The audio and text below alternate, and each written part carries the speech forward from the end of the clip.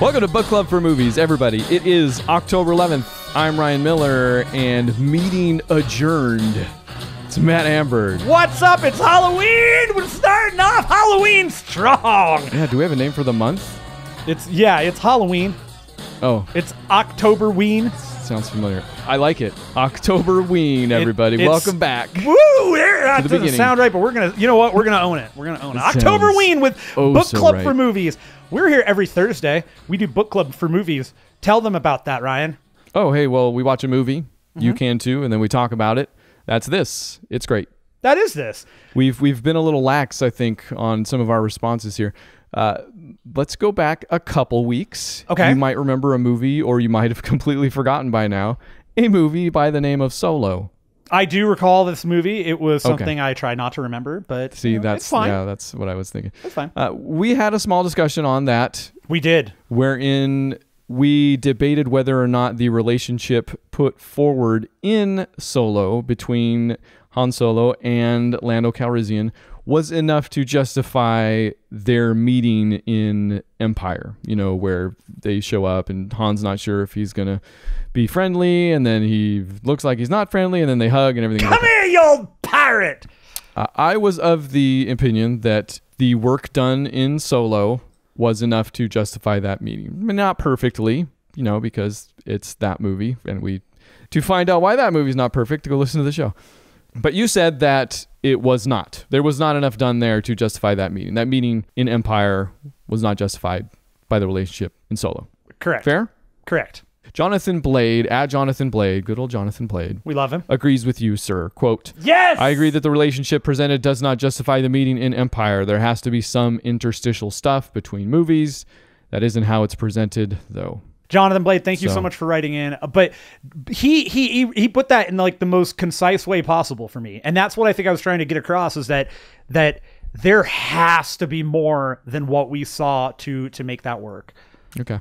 And by the way, 2 versus 1, I'm beat, man. You guys win. As soon as I saw that reply, and I should have posted it, I didn't think to, but it's that in my head, it was that gif of Andre Brower from Brooklyn Nine-Nine when he finds out that that Rosa also agrees with him in that the balloon arch is the most beautiful thing ever, and he goes, "Vindicated!" Like, that's exactly how I felt. I felt vindicated. That's the best audio GIF I've ever heard. Yeah, now you've seen it and heard it. It's great.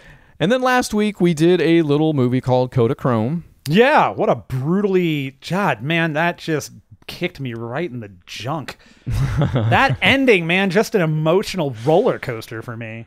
Good film, good episode. And the man himself that recommended the movie, Mr. Adam Parkin, friend of the show, basic member of the show. Yeah, pretty much. Also responded, said, phenomenal episode. So far, I've watched the movie twice and bawled my eyes out both times. Thanks for doing this. I got a lot out of the discussion that I hadn't realized about the movie. So no real question or comment there, just really kind of tooting our own horn by sharing that. I mean, that's still a comment. That's true. Very true. Okay. It's a horn tooting comment, and I'll take it. Gosh. I will take it. I appreciate the fact that he thought it was a phenomenal episode, especially since it was a movie he suggested. And I'm really happy that we were able to give him a little more food for thought for that movie. That's awesome. I mean, that's really that is honestly maybe the coolest kind of compliment for what we're doing here, I think, is that somebody said, oh, you know what? I didn't think about it that way. And that's kind of an interesting thought.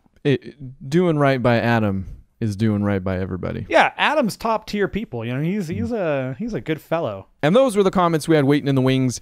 Why don't we go ahead this week, sir? We have a movie, a beautiful movie. Still this week, it is Monster Squad. Matt, what's this about the synopsis? That's right. Welcome to Octoberween. It's the Monster Squad coming at you in an hour and 19 minutes.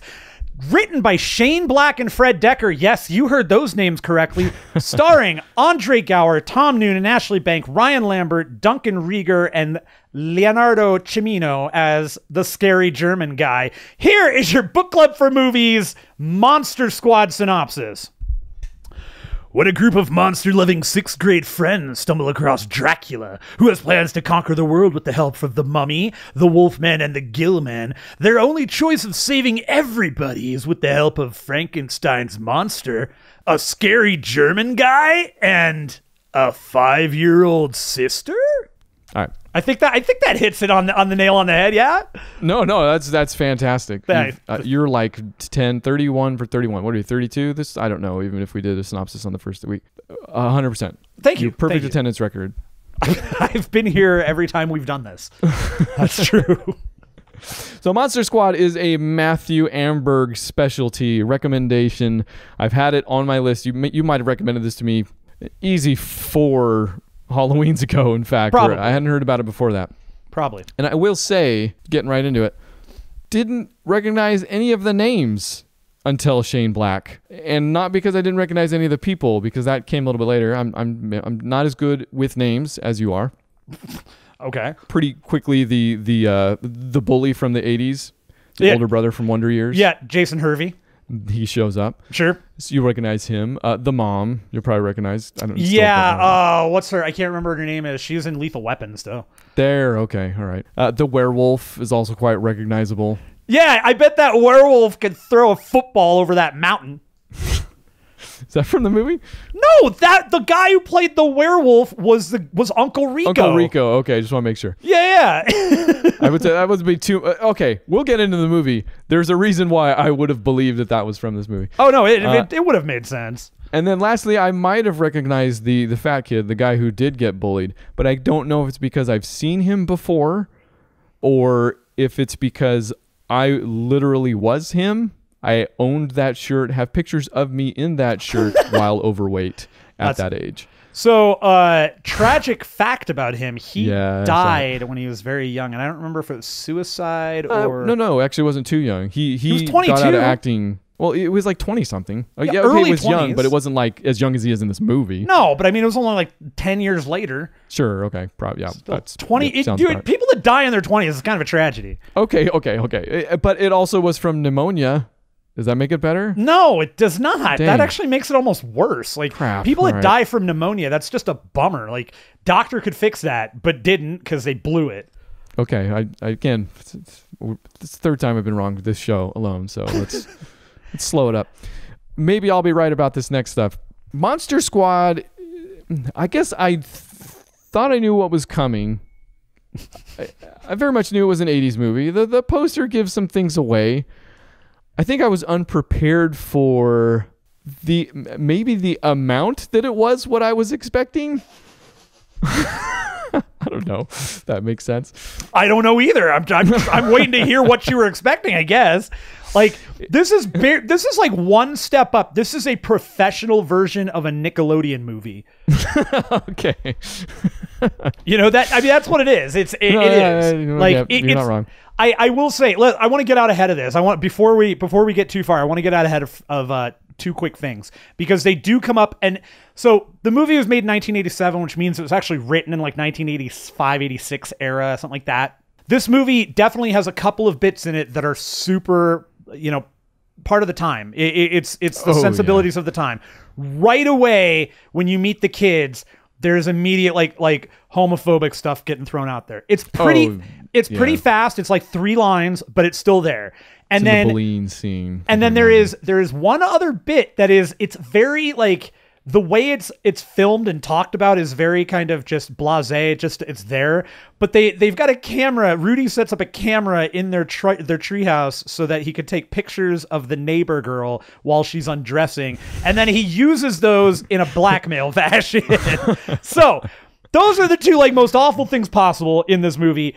Let's go back into the rest of it, because those things are we got to call them out. They were bad then, they're bad now, but nobody really sure. But it was definitely a sensibility thing. It's like, that wasn't, nobody was thinking about those things at the time, or it wasn't as voiced. I guess those moments are instructive in a bunch of different ways, because you're right. Those movies show up in films nowadays, and they can't show up like they do here. They would show up as commentary or very conscious. Back then they were probably put in the movie not because anybody was necessarily homophobic, just because that's how you insulted somebody back then. Yeah, right? it was, and I mean, we know now we've got a better idea at this point, but. So, I mean, maybe it goes back to what you said about this movie being of the time, and me going back to what I said about being even more than I knew. So it's a movie about a group of kids that's grows, but there's a core group, 2 and kind of and a half. The one kid is just getting into the group, and they're obsessed with monsters. Shades of Lost Boys in here. I get some of that. That Sure. might have been because of the Corey Feldman, vampire hunter group in there. Oh yeah, Rudy. Rudy? Okay. With I can't the remember leather who his partner's with the leather name was. jacket, and he rides the bike and does the skid. Yes. But the kids are obsessed with monsters. Monsters are real. But the monsters in the movie are the universal monsters, literally. Creature from the Black Lagoon, Frankenstein.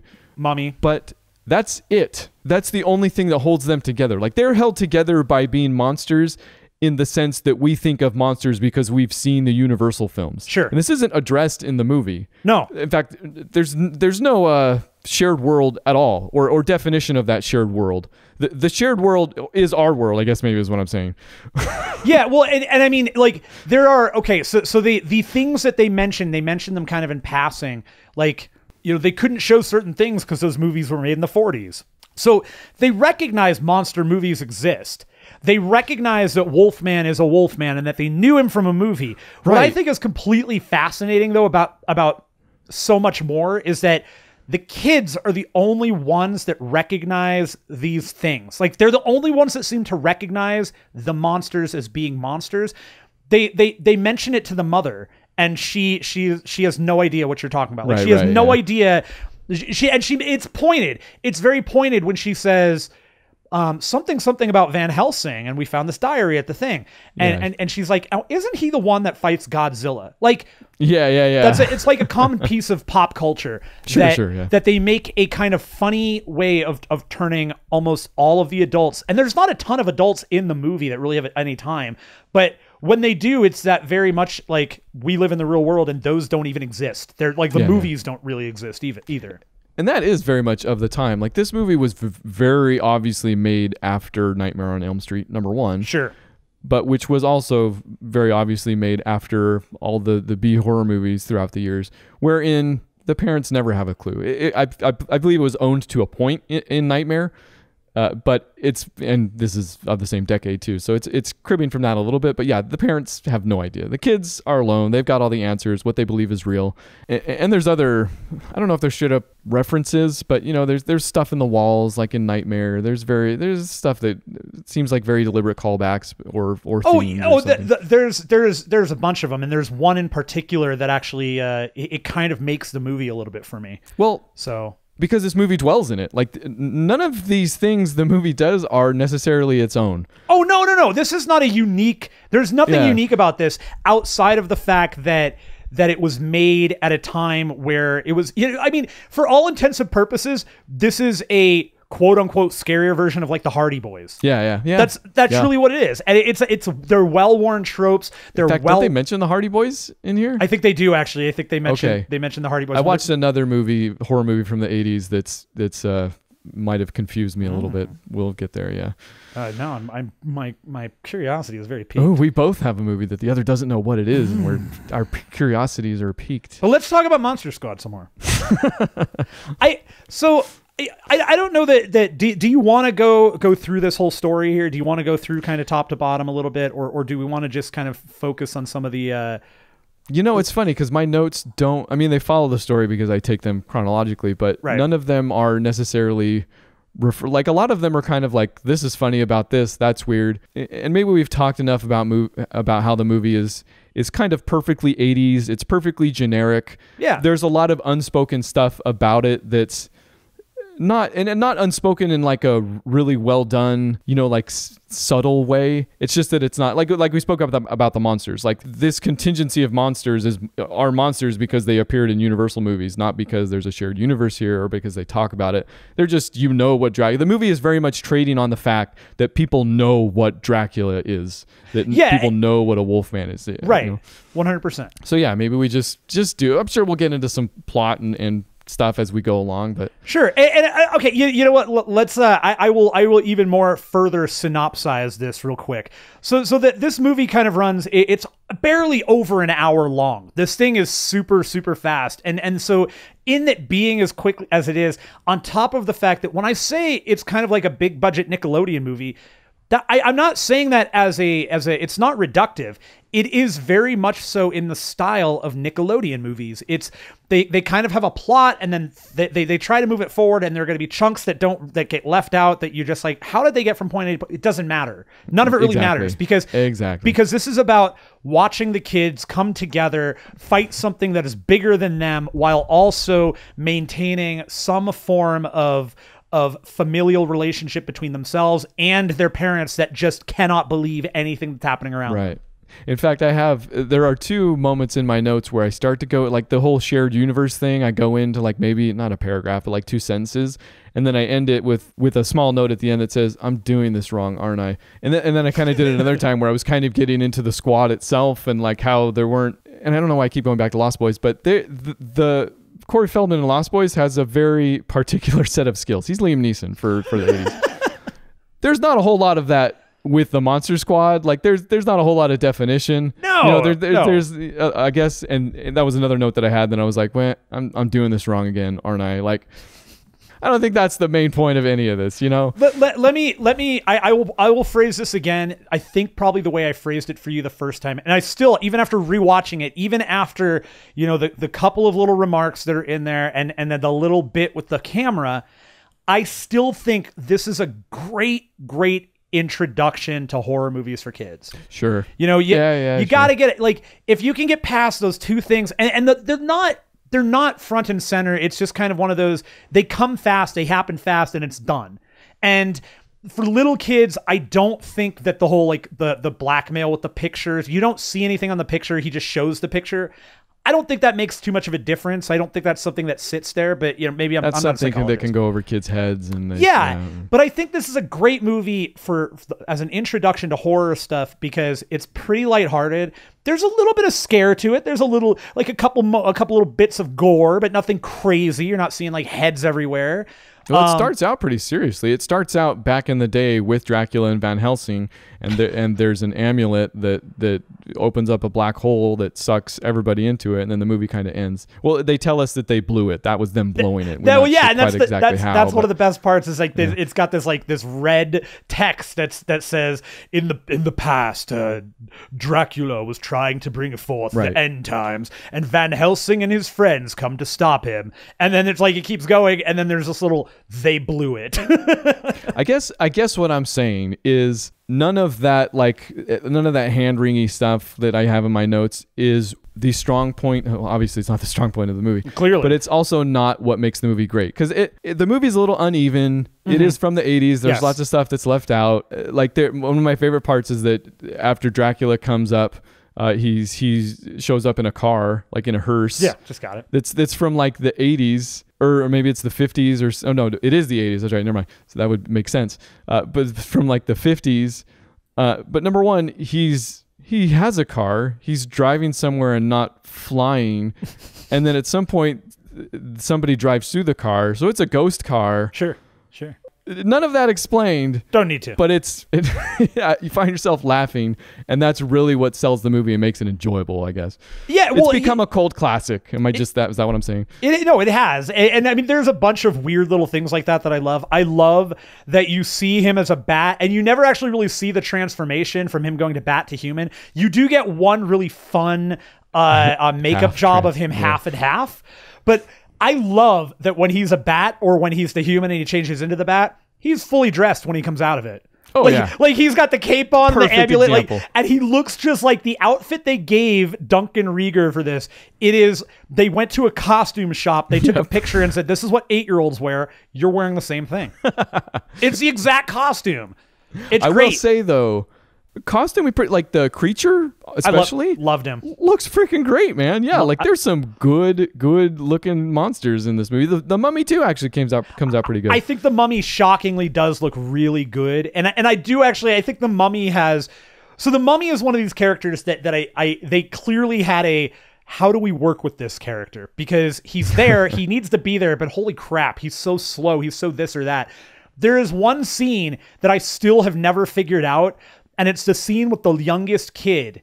And he goes into his dad's room and he goes, there's a monster in my closet. And his dad wakes up and he opens up the door and he's like, okay, monsters, everybody out. And then he goes to the closet and he's like, no, it's in the closet. And he opens the door without ever looking in the closet, going, ooh, look at the big scary monster. And the mummy just kind of looks up, and then he slams the door in the mummy's face. Right.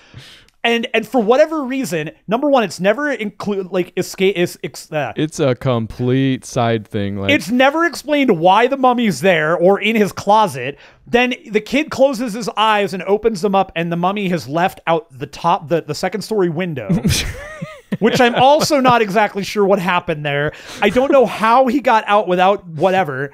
And then when the mummy's time finally comes and we're getting to the end here and they're fighting all the monsters, they're kind of doing them one by one and everybody's kind of getting a moment. The mummy latches onto the back of like it's like a Bronco that's been opened up, no top.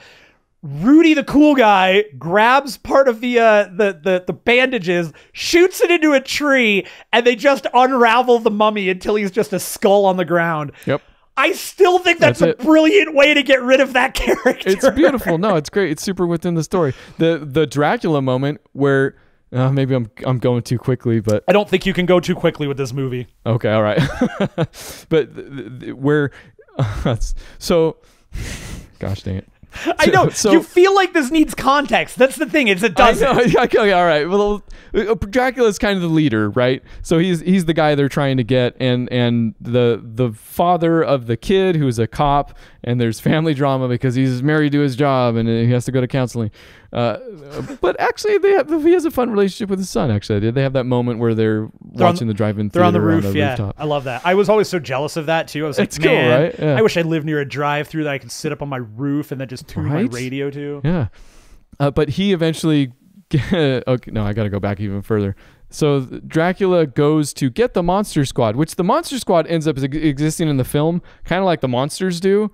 Like there's no way Dracula knows about the Monster Squad. Yes, I love that. But they're like out of nowhere automatically like his nemesis, like Monster Squad, you know. The children must. He goes to the house of the kid, you know, the main kid, and throws dynamite. It sticks of dynamite. He drives into the yard. He like crashes through the gate, like the picket fence, walks past the front door to go into the front gate. Yeah, he walks past the front door to go into the backyard to throw dynamite into the tree house that they use as their clubhouse. Does he get it to the tree house? Yeah, he throws it just threw it in the living room. No, he throws it into the tree house, and that's when he turns around and goes, "Meeting adjourned." And then the treehouse explodes. Like, got him. The buildup is better than that, though, because number one of his superpowers is dynamite. Apparently, yeah. He's pyrokinetic, though. He can light the dynamite with his mind.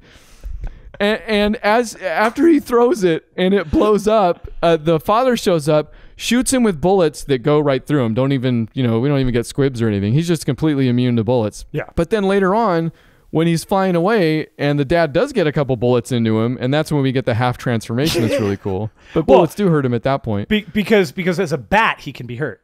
Oh, is that it? Oh, man. So there are rules to this thing. Apparently. But you laugh the entire time. It's mixed in with moments.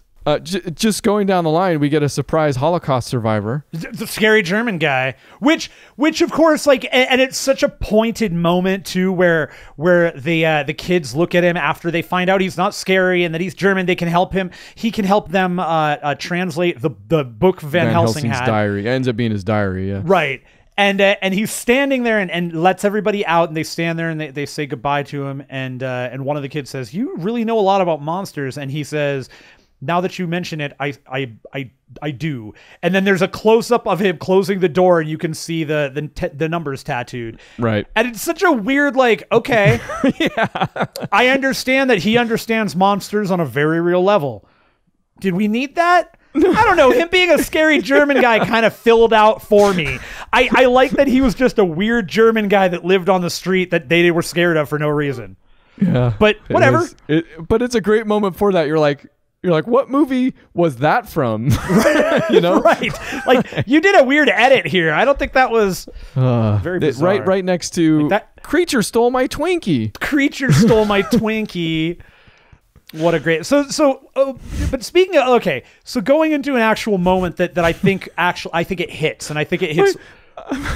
I'm sorry, my notes are so weird. Yeah. I'm trying to go with you chronologically, and the next note I have is Mummy slide whistles into the car. Like when he grabs onto the back of the car, there's a literal slide whistle. So there is one moment. Please. I'll stop. There's one moment that I think actually hits, and it's a nice parallel to the original movies. Have you ever seen James Whale Frankenstein, the original Frankenstein? Pre-code Frankenstein, late 30s.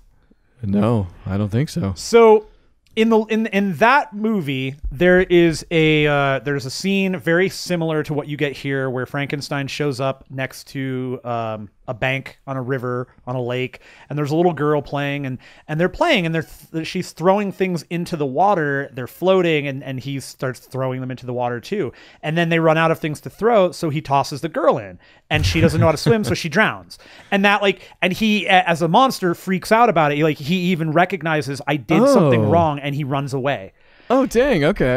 And so in this, you get that moment. And for anybody who knew that, anybody who recognized that, there was a moment of, like, is he going to throw her in? Is he going to throw her in? And then it turns out that in this particular universe, Frankenstein is far more interested in learning and talking and being friendly. And you get that moment of her being so excited that because it cuts, you see him reaching for her, and then there is a cut and you don't know what's happening, and then the squad gets back and she is so excited to show them Frankenstein. Wow. And they show it, and she shows him the monster, and they're all freaking out, and this one moment, so it's this kind of this whole sequence that you actually kind of get this really great emotional minute in the middle of this movie that shouldn't hit, but it totally lands, where they've got Frankenstein they've got the monster in their clubhouse, and they hand him the mask of Frankenstein, and he looks at it and he's so distraught by it, and he says scary. And like, it's a great moment. It's a really good, solid moment. Frankenstein's the heart. Yeah, no, he's successfully played by in this Tom scene, Noonan, by the way, who you absolutely would recognize him from a multitude of movies. But the one you might remember him most fondly from is Last Action Hero. He was the no kidding. Wait, he was the axe killer. He was the guy, the yellow trench coat that is in the original movie that that Schwarzenegger, that character is fighting in the movie, in the actual movie before he gets pulled into the real world, and he kills the kid, he kills his son, and then they bring him back at the end. I'm sure I'll recognize him, but the amount of times Last Action Hero comes up on this show is both frightening and inappropriate. Yeah, we could do that show on that one. We could do. Oh man, I just had it ready to watch. Like, I've had it forever, but you're right. We could do a show. I can watch that. I'm scaring myself. I think I actually have that prep too. I could do that. Plus, it'll be real fun because we could start it right around talking about how Game of Thrones is ending, and then the one guy that was in Game of Thrones is the main bad guy in that. Oh yeah, that makes sense. The guy with the eyeball. Yeah, that I remember. He says, "Excuse me, sir. Are you a henchman?" No, I'm sorry. I'm afraid I only go up to lackey. Last Action Hero, one of the greatest movies of all time. Yeah. So Frankenstein, definitely the heart of this movie. Yeah. No, it totally lands, and he has a great. In fact, speaking of the third act, it kind of all comes together. There's some herky jerkiness to it for the first two acts, I want to say. Yeah. You can live with for all the other good stuff about it, but the third act kind of comes together in a way that you'd expect from the rest of the movie, but in a way that you get into it even more. For sure. So. And that's you do get like I said, there's a little minor bit of gore here, and you get it here where they actually they make a fun callback to the earlier discussion when they're bringing Rudy in. Rudy's like in junior high, so he knows these kids and he's friendly with them, and they're finally like, all right, you can join the Monster Squad, the club. I guess, they're on the fence about it. They have to talk about it. Right. They never really come to an answer. That's right. Just because everything starts to hop off, so it's kind of left. But they do this callback where they say, okay, what are the two ways to kill a werewolf? And he says silver bullet, and they say, okay, what's the other one? He goes, I don't know. I give up. What's the other way to kill a werewolf? And they all realize they don't know because there is no other way to kill a werewolf. So they're coming up with all these random things. They're like, he could be pushed out of a window, falling onto a bomb, or this or that. And then they literally push him out a window so he explodes. That's true. And there's gore everywhere. And then he comes back together and like reassembles himself because the only way to kill a werewolf is with a silver bullet. The werewolf, actually, one of my favorite characters because he's tragic. When he's not a werewolf, he's a good guy. Yeah, he tries to get he goes into our introduction to him is him freaking out in a police station begging to be locked up. Yeah. And when he becomes not the werewolf, he calls the kids to warn him, or he calls the dad to warn him, and that's why the dad ends up coming. And then at the end, he does get shot with the bullet, and he's like, thank you, and then he dies, and you're like, oh, tragic, good character. But also Rudy, before we get off of him, it does finally come back when he has to kill some of the brides of Dracula, and I forget, the movie has amazing one-liners. It has a lot of great one-liners. I want to say the one when he finally steps out of the car and starts heading towards those brides where everybody else is kind of running away. They go, where are you going? I'm in the club, aren't I? Yeah. No, it's got some great moments and some great lines to it. Totally meeting adjourned and creature stole my... I have them down here. Wolfman's got nards. Wolfman's got nards is the classic. That's the one, man. See you later, Band-Aid breath. You can imagine what monsters these are referring to. Meeting adjourned was a good one. My name, shotgun cock, is Horace. Nice job, fat kid. My name is Horace. With the great shot the bullies too. Come back and they're like, totally "You're cool now." They totally do the great shot too, where they force perspective, so he looks like he's super tall and he's got he's like very very heroic. The movie's actually pretty well. There are herky-jerking. It's kind of an 80s herky-jerkiness. In fact, the other movie I watched had the same thing. But it looks cinematically pretty darn good. Yeah. And it's directed darn good as well. This movie is totally competent for a kid's monster movie. It is. It is. And then maybe we get to the wrap-up, huh? Sure. I think the wrap-up... I think the perfect description of this wrap-up for this movie is actually... the finality of the void that is limbo that they open up. Right. Finally get it open. They get the amulet. They open up the void to limbo. Evil guys, they're flowing. The creature is dead already. All the bad stuff is coming in. Oh no! Frankenstein's gonna go throw the teddy bear at him. He's gonna catch the friend. But they haven't finished off Dracula, and so Dracula grabs the main kid. He's dragging him, and finally the kid grabs a stake that's blown up towards him, stabs him in the chest. And Dracula's freaking out. And this is how I feel like this episode ends. Is Dracula's body floats up and he's flying and it's spinning, and then he's grabbed by the Van Helsing from the beginning, who then reaches out and gives the viewers a thumbs up. Yep. Wow. Thumbs up from Van Helsing. Yeah. What other movie can you say? Even the Hugh Jackman Van Helsing didn't have a thumbs up. Yeah, that's true. Okay, thanks for mentioning that.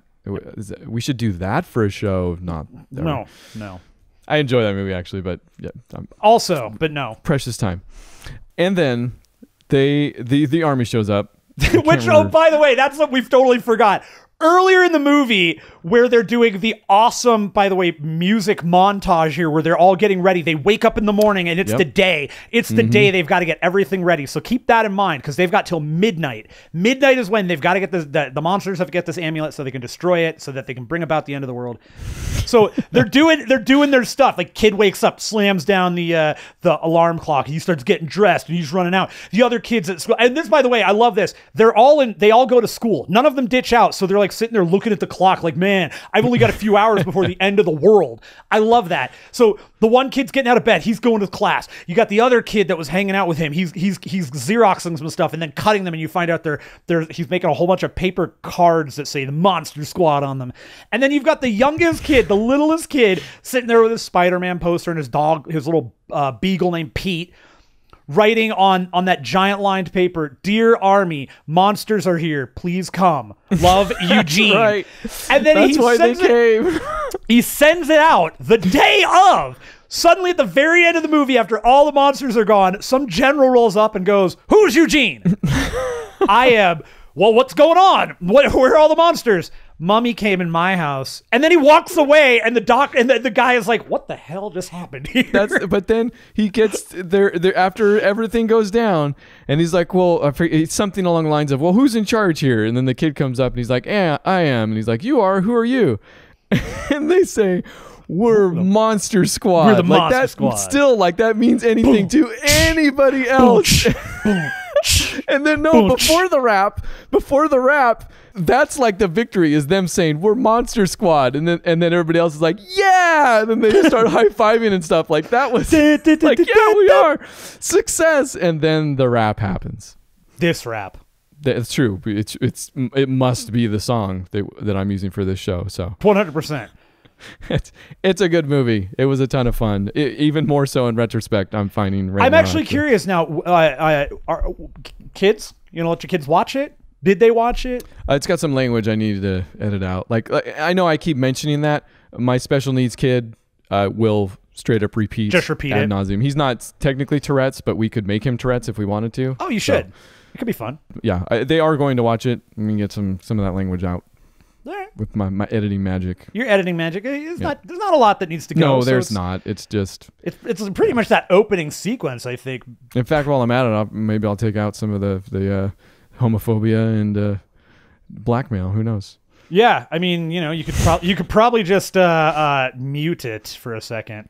Oh, what? Or even better, mute it and then put your voice over it going, jerk!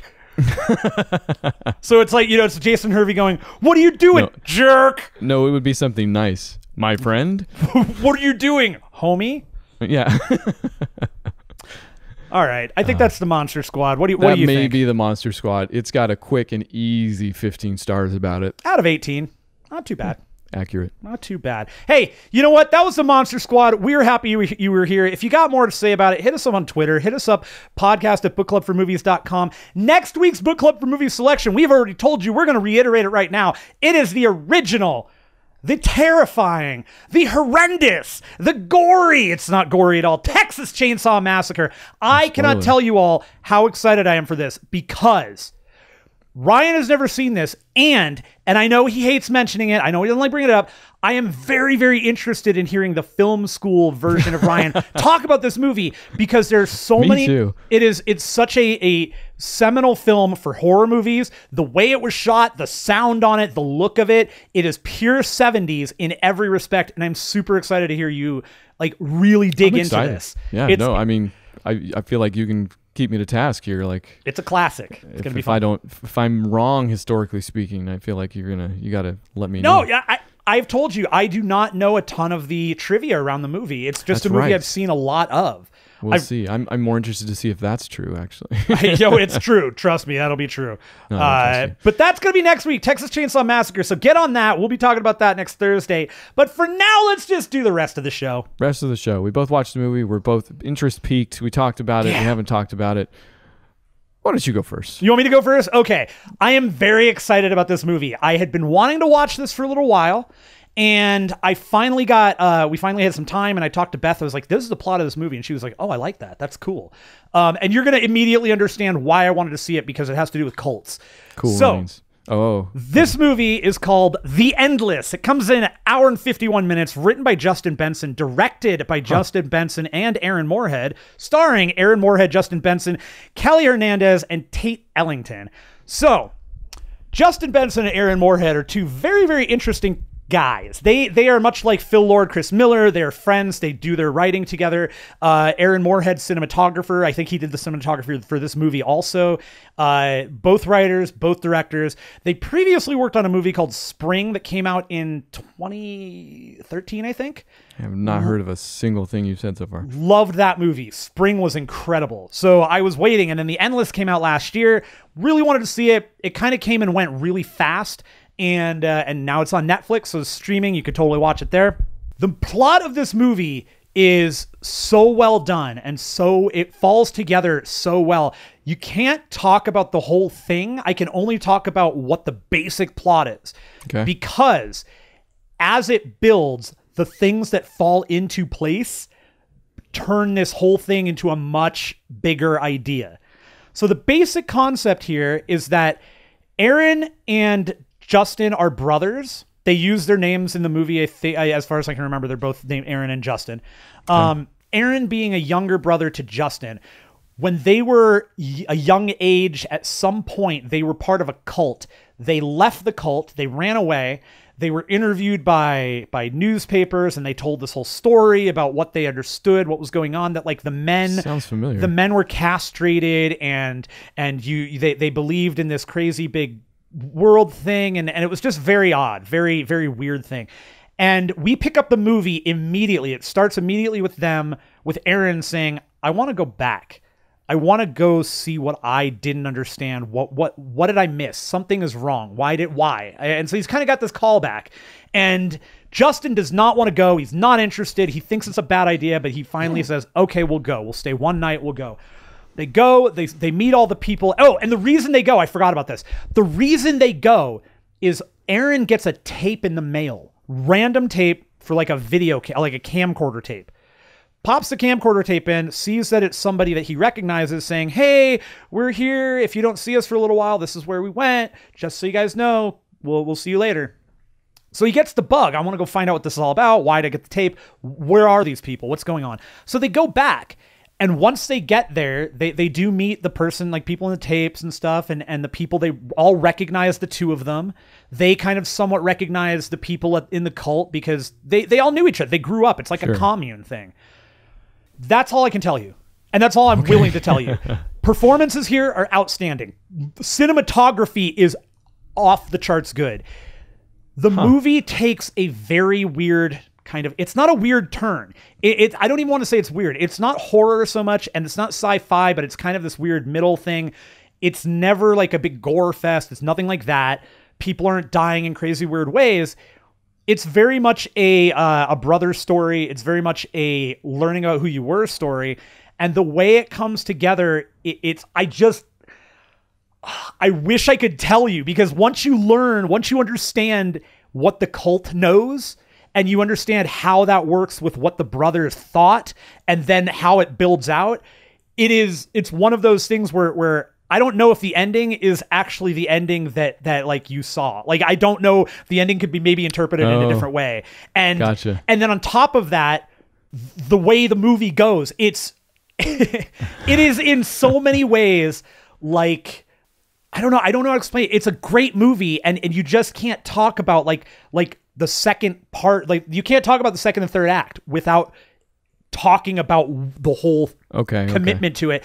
And I implore anybody who's listening, check that movie out. It is super worth your time. For that hour and 51 minutes does not feel like an hour and 51 minutes. Like, for me, I was right there. Like, I was engrossed in this story. I wanted to know what the deal was with the cult. What is all this stuff? And the fact that the cult's like, that's not what we are. That's never been this.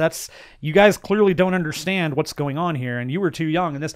And it just builds and builds and builds. And when you finally get that, like, it goes up to this mountaintop, and once you get to the mountaintop, it is just a sled ride down, trying to figure out, okay, it's that and that and that, and how do they do this, and what's that? Super fun, man. Right. Super good movie. I'm into it. I've got some unresolved cult issues after watching The Following, so this will really help. Super good, man. And again, streaming on Netflix right now. So, The Endless. The Endless. There's no end to it. It's less ending. Okay. And it does all, like, oh man, it's so good. It's so good. No, I'm into it. Sold. I'll put it on the list of, man, this week I watched 2 movies that you put on my list, and I'm down 2, up 1 again. It's just, it's an endless list. It's the endless list. I will say this real quick. If you can get this watched this week, I would really like to talk about it next week. I'd really like to talk about it next week. Okay, so this was just a tease. We can actually get it. You can spoil the crap out of it next week. Yes, because I don't want to hold in what this movie is. I really want to talk about it. You want to do a show on it? If we could, this could easily be a show. I think it's that good, and I think it's that like it's got that much going for it. We've got a couple weeks to think about it. But I'll watch it this week. We'll talk show. We'll see what happens after Chainsaw. Do it. Sounds good. Okay. Yeah. This would have to be after Halloween too. That we did a show on it, but. Oh, that's what I was talking about. You want to save it do a Halloween show? No, but it's not necessarily this is not a Halloween movie like that. Okay, no. all right. I watched The Gate. Oh, I love the gate. You do love the gate. Heavy metal. I can't. Did you watch the special effects thing? It's on YouTube if you've never seen it, about how about how they did the fall when the creature falls and then turns into all the little ones. Right. Incredibly cool how they did that shot. Incredibly cool. And there's a whole little thing on YouTube about how they filmed it, and it's great. This is one of those movies that looks like All My Nightmares did back in 1980. Totally. Absolutely. You know? These were the movies I saw the trailers for, somehow, or I wasn't supposed to, or somewhere, and even just that gave me nightmares, And then it was the VHS tape in the video store that had this, one of the minions on it or something. I don't know, but yes. Is this, it's been a while. Is that one your kids can watch too? I feel like there's nothing... No, funny story, actually. I mean, they could, but usually when we're watching a movie for the show, even though this wasn't for a show, I'll ask my wife, Candy, I'll be like, hey, do you want to watch this with me? And she's like, I don't know. So we played the trailer for it. Based on the trailer alone, she's like, nope, too scary. My wife likes thrillers, likes quote unquote scary movies, but doesn't like demonic stuff. Sure. And this might be the same reason I would hesitate, because there's no real gore, I want to say. It's just kind of demonic, scary looking stuff. Yeah. So I might hesitate showing my kid. My daughter could handle it. She has the freaking did you get the Doom poster? I can't remember where I got it from. The most recent Doom game that came out, there's a poster that came out that has the Doom Marine on one side and then is it a Hell Knight? No, it's not a Hell Knight. What's the main guy with the horns? Beverly. D'Angelo. Tim Curry from Legend. No, the iconic Doom bad guy. Yeah, I always think of the Beholder. That's the thing I always think of. But you're thinking of the Cyber Demon, maybe. Cyber Demon, thank you. I forget because it's such a weird name for that creature. Adam Parkin. He's got a cyber arm, I guess, whatever. She's got a poster in her room, and one of them's the Doom Marine, the other side's just a big old, like, gross-looking cyber demon. She chose the cyber demon side, so she can handle this movie. Sure, but it is fairly unsettling. It's slow. Like, I want to say I would call it a slow burn, but it's not really. When we've talked about slow burn horror movies before, you especially, this isn't that. No. It's just kind of. None of the stuff you see in the trailer and really none of the scary stuff happens until at least halfway through. Right. And it's dubbed for the most part. And so the sound, there's Foley as well. It's a little, maybe it's the copy I have. I don't know. I don't think it's been remastered. Let's put it that way. I think you're wrong. I'll have to go look at my Blu-ray of it, but they just re-released it on Blu-ray and I think they remastered it. I will check that out. Yeah. I'll take a look at my copy of it and I'll, it didn't take away too much from it. It just kind of made, like I said, it's got the herky jerkiness that kind of Monster Squad had too. That's what I was talking about before. Sure. But just a bunch of fantastic effects. I don't know. Maybe it is just because it creates kind of that nightmare feel from the 80s. It's such a perfect example of that. Like it's everything that I think about when I think about that. It's got a group of kids. It's doing the same thing. Wait, maybe is this the one that's got stuff in the walls? Does Monster Squad have stuff in the walls? Monster Squad. I think I got those two movies confused, didn't I? No, Monster Squad has nothing in the walls. Okay, this has stuff in the walls. This is the one that cribs from Krueger. A lot of the parents are out of town. The parents are nowhere. Yeah, it's just the sisters there, and then she throws a party, and they just the dog is killed by the boyfriend. He runs the dog over. They bury the dog. That's how they open the gate. No, the dog just. Does the dog just die? Dies after being the other kid's mom out of nowhere. Huh. The boyfriend disposes of the dog for them. That's what it is. They unwittingly put it into the gate, which completes the ritual after they accidentally also put some blood into the gate. And then the ritual's complete after he plays the record backwards, right? Yes. Which again, what a great trope! Like to totally grab onto that 80s crap of that Tipper Gore nonsense. It's so fun because it is everybody saying that rock and roll is of the devil. Yeah. But it is here, like literally. So it's kind of like, yeah, okay, fine, it is. Check this out, But it's fun too because that's where that's the real world source where they get all the solutions for, how to kind of, because it also does the 80s thing where in Nightmare there are a definite set of rules to the universes and to the math checks out somewhere even if you don't know it. You get the feeling. Yeah. And I think that's one of the strengths of Nightmare, is that it's a world building masterpiece type of thing. Sure, but sure. There's a little bit more fudge here in this one. Like I'm not sure I really still understand why shooting the model rocket into the demon killed him and shut the gate. Oh, the reason that works is because, and they only touch on this very briefly, but the model rockets are his.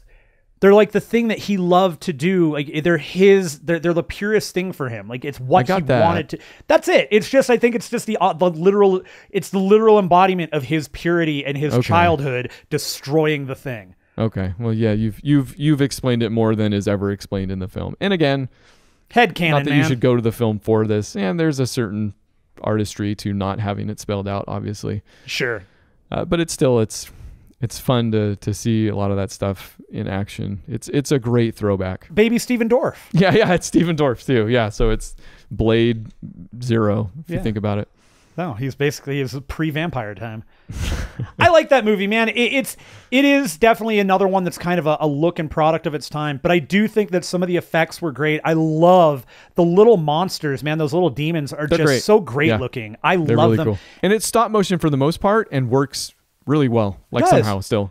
I do highly suggest you check out the video on how they did the repairman falling down and turning into a bunch of those. It is a really cool way it was shot, like the way it was filmed and everything, and how they did it. Really cool. And it's totally one of those things where the minute you kind of see how it was done, you see it and you still watch it and go, It's like that bit in Contact. That freaking scene in Contact is still like the most mind-blowing thing to me in terms of visuals. Do you know what I'm talking about? Contact? The Jodie Foster movie? Yeah. There's a shot in Contact where she is a kid and she runs up the stairs and it's all a single shot. They follow her up the stairs. She runs at the door. There's a reflection in the door. She opens it up and it's right there. Like it all happens. And it's this weird cut that they do. And it's so well done that she like runs into the camera and she runs into the reflection. And it's just very weird. It's been a while since I've seen that, actually. And I've seen it. And it's another one. It's on YouTube. Like you can find if you look up Contact effects or whatever, it's there. Yeah, I'll watch a clip on YouTube. Yeah, the movie's on the list now. I'm officially 2 down, 2 up. So we've evened out. We broke even for this show, I guess. It's not bad. But the gate has good stuff in it, and I love that. I love seeing the weird things that those weird slights, camera tricks. If it had been the movie of the show, I would have began with the questionable but enjoyable insult that he gives to his sister. Why don't you suck my nose until my head caves in? I'm like, how is that insulting her even? I don't really get that. It's better than the homophobic stuff we got in Monster Squad. Well, he uses that. There it is. Okay, everything from the 80s. Yeah, we were there. We lived through the 80s, man. You talk to like Vietnam vets. They're like, I lived through the 60s and the 70s. We lived through the 80s, man. Yeah, we got book club for movies. Yeah, we got scars from. If I had seen The Gate in the 80s, I would have scars. Okay, so you saw The Gate. What's your other movie? You said you saw something else. That's it. Actually, I finished White Lightning, but I talked about that enough. Oh, fair already. enough. Yeah. Although the ending, White Lightning being if you go listen to the Smoking the Bandit show we did, I tried to watch some previous Burt Reynolds movies where he made it big, White Lightning being one of those. And it is a fantastic movie. It looks great. It's the story is really cool. The world building is fantastic.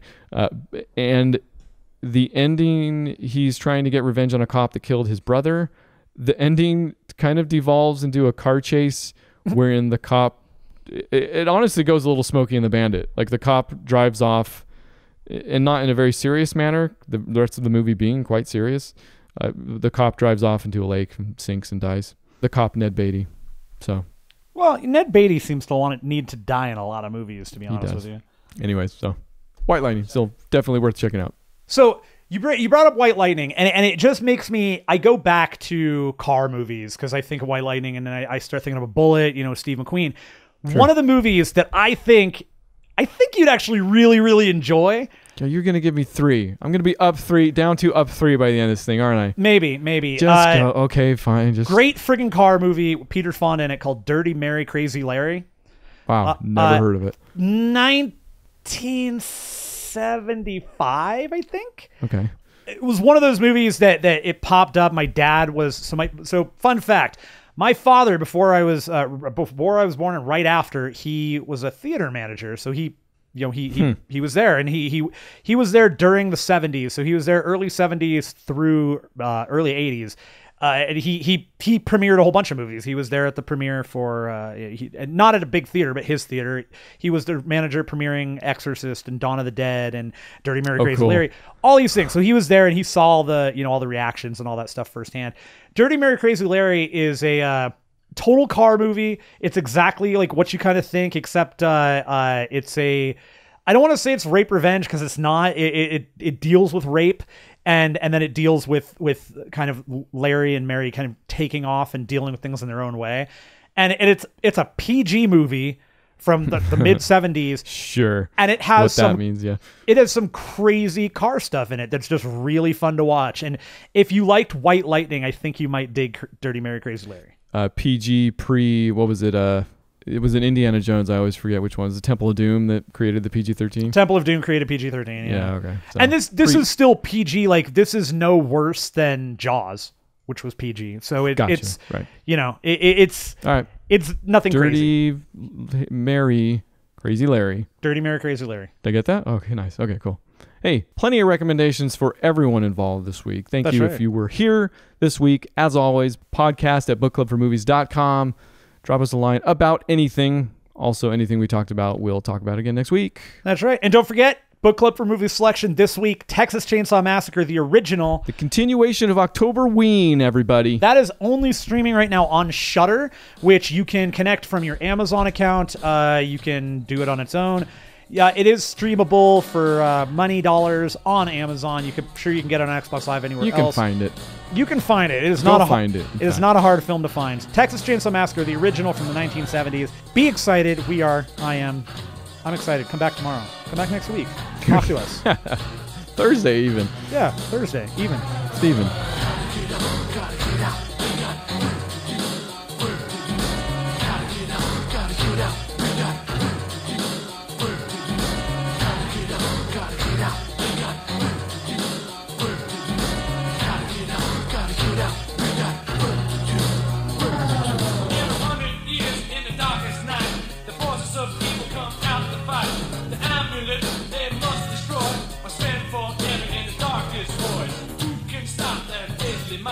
Who will stand up for the right? From the mouth of babes comes dynamite. The monster squad gonna groove tonight. First came Dracula, now the Wolfman too. Mummy and the creature from the Black Lagoon.